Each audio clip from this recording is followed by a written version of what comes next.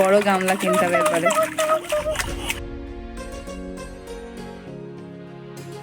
ও এখন এমনি করেই গলা থাকবে। তাই তুমি দিদির সাথে এরকম করে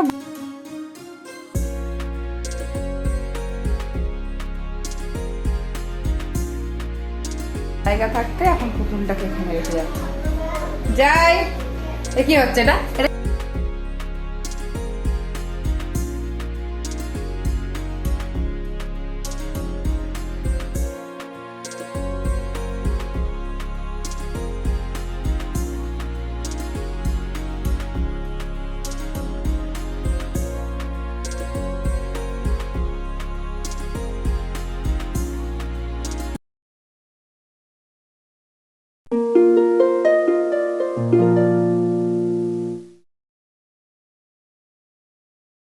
হ্যালো, গুড মর্নিং ফ্রেন্ডস, কেমন আছো তোমরা সবাই? আশা করছি তোমরা সবাই খুব ভালো আছো আর আমিও খুব ভালো আছি। আমার নতুন আরেকটি ব্লগে তোমাদেরকে স্বাগত জানাই। আশা করছি প্রতিদিনের মতো আজকের ভিডিওটিও তোমাদের ভালো লাগবে। যদি ভালো লেগে থাকে তবে অবশ্যই আমার চ্যানেলটি সাবস্ক্রাইব করে দিও আর একটা লাইক করে দিও, কারণ তোমাদের একটা লাইক আমাকে পরবর্তী ভিডিও বানাতে অনেক অনেক মোটিভেট করবে।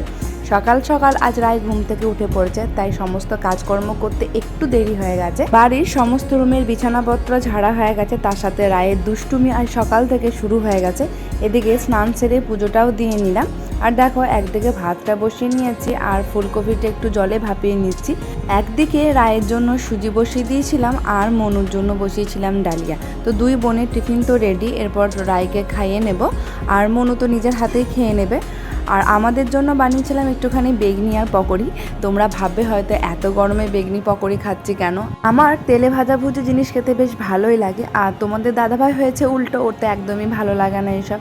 তাই ও কলাই সেদ্ধ বলো, রুটি এই সকল ওর ভালো লাগে। আর আমার মনে হয় একটু বেগনি পকোড়ি, একটু চপ সিঙ্গাড়া এগুলো পেলে আমার তো দিব্য ভালো লাগে। তো আজ নিজের পছন্দের মতোই সকালের ব্রেকফাস্টটা বানিয়ে নিলাম।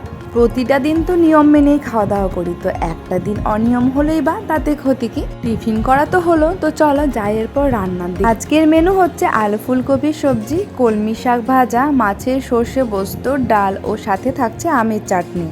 ও এখন এমনি করেই গলা থাকবে। তাই তুমি দিদির সাথে এরকম করে বমাইছি করছো? দিদি এবিসিডি করবে না? দুদুন বাবা, দেখ অবস্থা, দেখ এটা কি দোলনা হয়েছে নাকি ওর?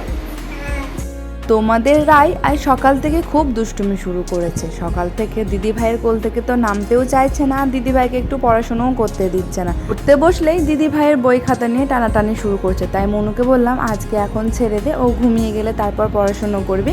তাই এখন ওরা দুই বোন মিলে খেলা করতে শুরু করেছে। আর আমি দেখো এইদিকে রান্নাটা বসিয়ে নিচ্ছি। আলু ফুলকপির সবজিটা হয়ে গেছে, ভাত ডালও নেমে গেছে। আর এদিকে এই দেখো আমি মাছের সর্ষে পোস্তটাও চাপিয়ে নিলাম।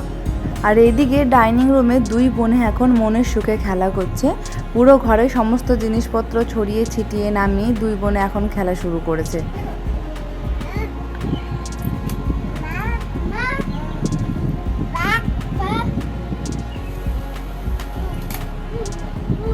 জায়গা থাকতে এখন পুতুলটাকে এখানে রেখে যাচ্ছে।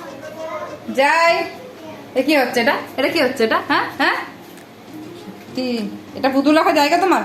এটা পুতুল রাখার জায়গা তোমার? দুষ্টু বুড়ি। আর তোমাদের ছোট্ট রায় তো এক জায়গায় বসে থাকার মেয়ে নয়, তাই দিদিভাইয়ের সাথে খেলা করতে করতে মা রান্নাঘরে কি করছে সেটা তাকে তো দেখতেই হবে। আর জানো, আজ সকাল থেকে রায়ের এনার্জি যেন একদম ফুল, ঘুমের বিন্দু মাত্র নাম নেই তার। এত সকালবেলায় ঘুম থেকে উঠেছে, তাও আজ একবারও এখনো ঘুমায়নি। এই রায়, তুমি কি করছো? তুমি আর দিদিভাই ডেলি বমাইছি শুরু করেছে এখন। হ্যাঁ দুষ্টু, ওই দেখ ফুলটা খুঁজে পাচ্ছে না। হেই কই রে?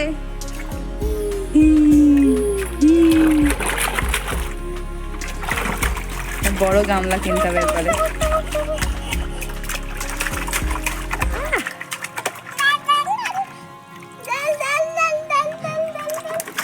দেখ নেমে যাবে।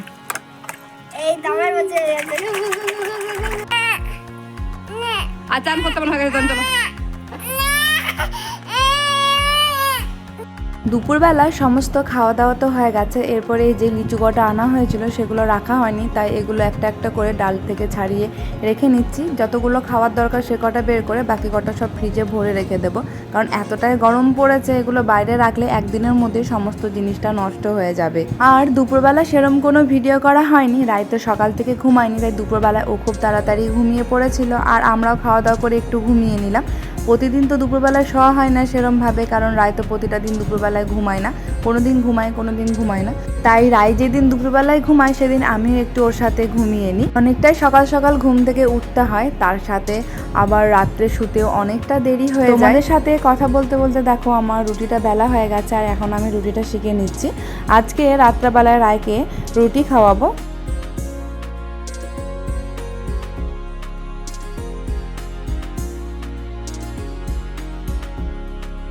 বাটিতে জল নিয়ে রুটিটা খুব ভালোভাবে ধুয়ে নিচ্ছি, কারণ রুটির গায়ে যে এক্সট্রা আটাগুলো লেগে আছে সেগুলো তাহলে জল দিয়ে ধুয়ে পরিষ্কার হয়ে যাবে। এরপর এখানে আমি গরুর দুধ নিয়ে নিচ্ছি, গরুর দুধের মধ্যে রুটিটা কিছুক্ষণ ভিজিয়ে রেখে নেব। তারপর ন্যান প্রো গুলে ওই দুধের রুটিটার মধ্যে অ্যাড করে নেব, আর তারপর এই রুটিটাকে হাত দিয়ে খুব ভালোভাবে চটকে নেব, চটকে নিয়ে রায়কে খাওয়াবো। তো দেখো রুটিটা আমার খুব ভালোভাবে হাত দিয়ে চটকানো হয়ে গেছে, তো চলো এরপর রায়কে খাইয়ে নিই। রুমে ঢুকেই দেখি দুই বোনে এখন নাচানাচি শুরু করেছে, হাট্টিমাটিম গানটা লাগিয়েছে আর মনু ওকে শেখাচ্ছে কীভাবে হাট্টিমাটিম টিম করতে হয়। আর রায় তো একটুখানি নাচার পরে হাঁপিয়ে গেছে, তাই এখানে বসে পড়েছে। তো চলো বন্ধুরা, আজকের ভিডিওটা আমি এখানেই শেষ করছি। আশা করছি তোমাদের ভালো লেগেছে। যদি ভালো লেগে থাকে চ্যানেলটি সাবস্ক্রাইব করে দিয়ে পাশে থেকো। সবাই ভালো থেকো, সুস্থ থেকো, সাবধানে থেকো। ধন্যবাদ।